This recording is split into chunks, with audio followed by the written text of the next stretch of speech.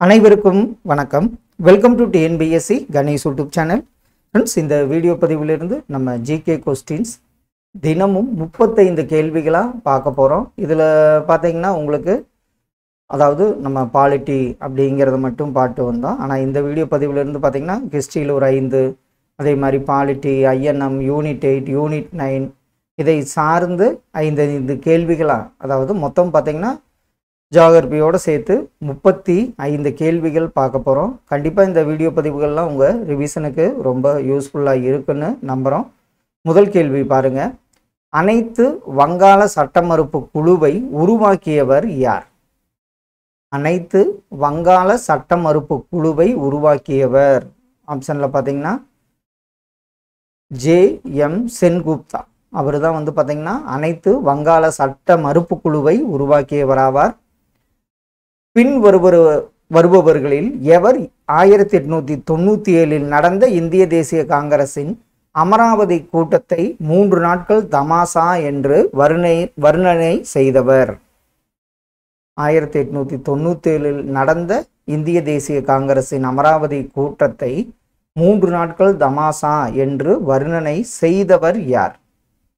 ஆப்ஷன்ல பார்த்தீங்கன்னா அஸ்வினி குமார் தத் என்பது சரியான விடை. ராஸ்ட் கோப்தார் என்பது பம்பாயில் இயங்கிய ஓர் ஆங்கிலேய குஜராத்தி செய்தித்தாள். இது தாதாபாய் நவ்ரோஜியால் கிபி 1854 தொடங்கப்பட்டது. ராஸ்ட் கோப்தார் என்பதன் பொருள் என்ன? இதுவும் ஒரு ரிப்பீட்டட் கொஸ்டினாக வந்துட்டே இருக்கு. ராஸ்ட் கோப்தார் என்பதன் பொருள் பார்த்தீங்கன்னா உண்மையை கூறுபவர் என்பது சரியான ஒன்று. பகுத்தறிவு மற்றும் தேசிய சிந்தனைகளை பரப்புரை செய்ய 1912ஆம் ஆண்டு அல் ஹிலால் பத்திரிகையை ஆரம்பித்தவர் யார்? பகுத்தறிவு மற்றும் தேசிய சிந்தனைகளை பரப்புரை செய்ய 1912 அல் ஹிலால் பத்திரிகையை ஆரம்பித்தவர் ஆப்ஷன்ல மௌலானா அபுல் கலாம் ஆசாத் அவர்கள். பின் வருவனவற்றுள் சரியான பொருத்தத்தை தேர்ந்தெடுக்கவும். இதில் எது சரியாக பொருத்தப்பட்டுள்ளதுன்னு அப்படி ஆப்ஷனில் பாருங்க.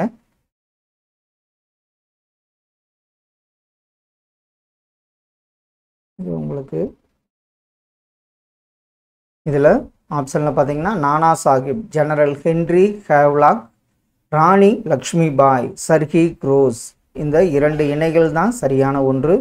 Tantia Tope, general William, Kunwar Singh, general Acton இதெல்லாம் பொருத்தமற்றதாகும். கீழே கொடுக்கப்பட்டுள்ளவைகளில் தமிழ்நாட்டில் அமைந்திராத நீர்வீழ்ச்சி எந்த நீர்வீழ்ச்சி?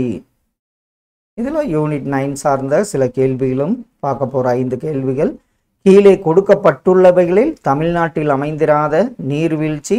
இதில் பீமன், பைக்காரா, திருமூர்த்தி எல்லாம் தமிழ்நாட்டில் அமைந்துள்ளது. பாலருவி நீர்வீழ்ச்சிங்கிறது எங்கே இருக்குன்னு பார்த்தீங்கன்னா கேரளாவில் அமைந்துள்ளது.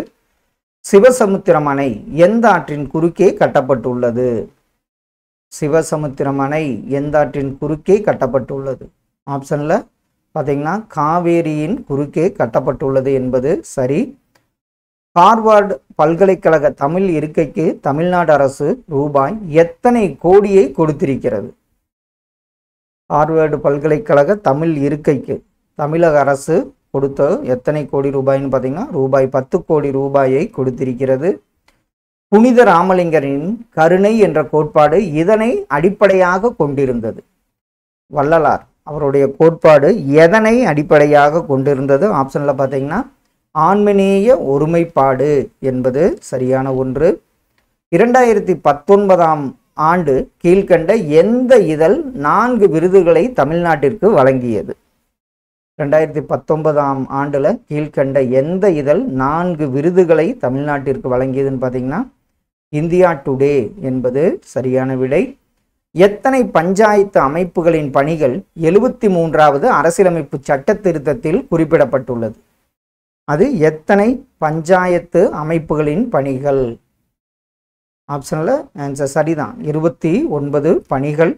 2003ஆம் ஆண்டு இந்திய அரசாங்கம் யாருடைய தலைமையில் அதிகார வர்க்கத்தினருக்கான குழுவை அமைத்தது?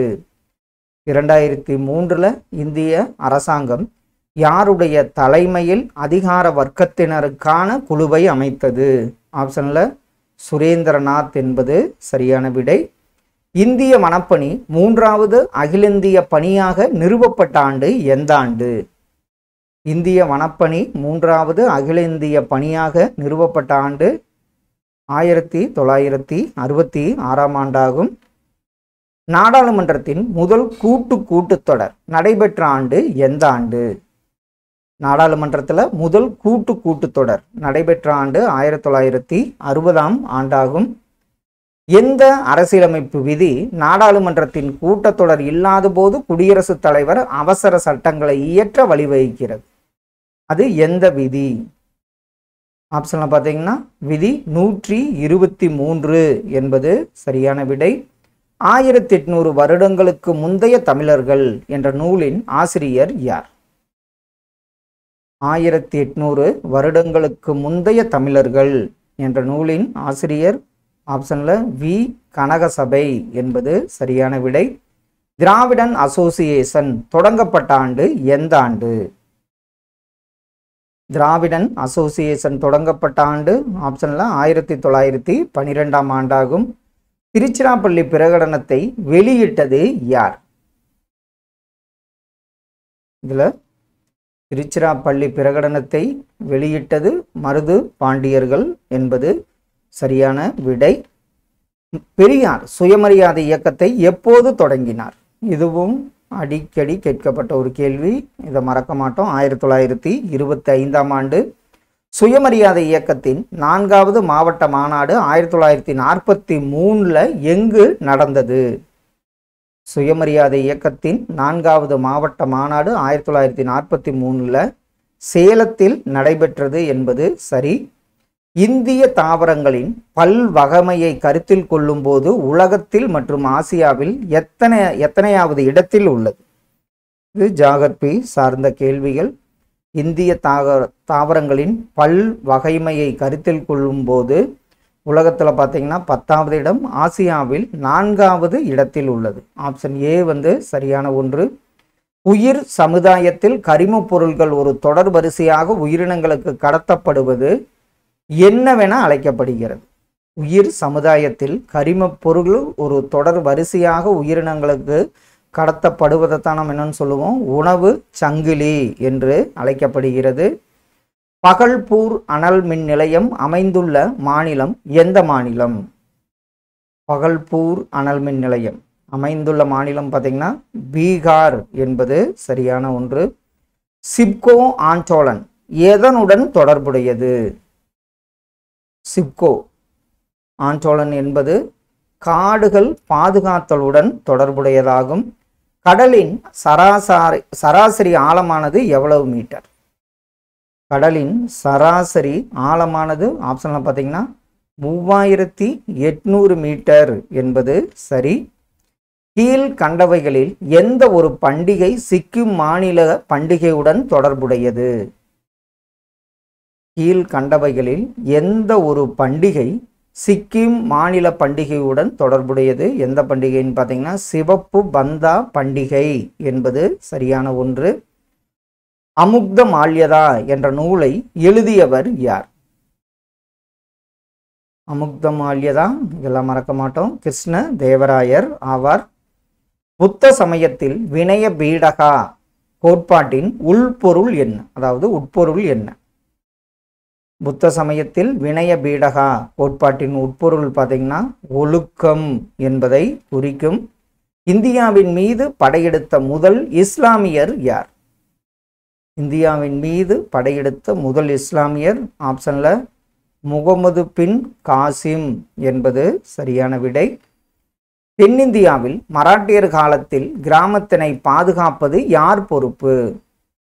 மராட்டியர்கள் காலத்தில் தென்னிந்தியாவில் கிராமத்தை பாதுகாப்பது ஆன்சர் சரிதான், பட்டில் என்பவருடைய பொறுப்பாகும்.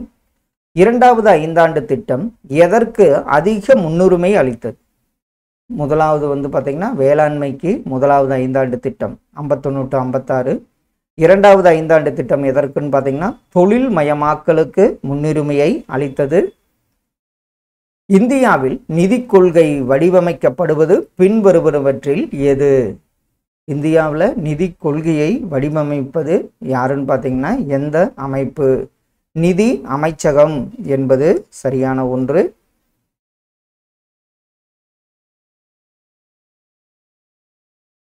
உயர் விளைச்சல் வகை திட்டத்தில் கீழ்கண்டவற்றுள் எந்த பயிர் உணவு பயிர் கீழ் வரவில்லை? அதில் இந்த ஹை ஈல்டு உயர் விளைச்சல் வகை திட்டத்தில் கீழ்கண்டவற்றில் எந்த பயிர் உணவு பயிர் கீழ் வரவில்லை? ஆன்சர் சரிதான். எந்த பயிர்னு பார்த்தீங்கன்னா கரும்பு என்பது சரியான விடை. மத்திய மதிப்பு கூட்டப்பட்ட வரி மற்றும் சேவை வரிகளின் புதிய வரியின் பெயர் என்ன? மத்திய மதிப்பு கூட்டப்பட்ட வரி மற்றும் சேவை வரிகளின் புதிய வரியின் பெயர் ஜிஎஸ்டி, அதாவது பண்டங்கள் மற்றும் பணிகள் மீதான வரி என்பது சரி. இந்திய திட்டமிடல் ஆணையத்தின் தலைவர் யார்? கடைசி கேள்வி. இந்திய திட்டமிடல் ஆணையத்தின் தலைவர் யாருன்னு பார்த்தீங்கன்னா பிரைம் மினிஸ்டர் என்பது சரியான ஒன்று. ஃப்ரெண்ட்ஸ், இன்று வீடியோ பதிவில் பார்த்தீங்கன்னா ஜிகே, அதாவது அந்த 7 subject history, polity, INM, unit 8, unit 9, geography, economic சேர்ந்து ஒரு 35 கேள்விகள் பார்த்தோம். கண்டிப்பாக இதெல்லாம் உங்கள் ஸ்டடீஸ்க்கு ரொம்ப யூஸ்ஃபுல்லாக இருக்குன்னு நம்புகிறோம். Thank you all.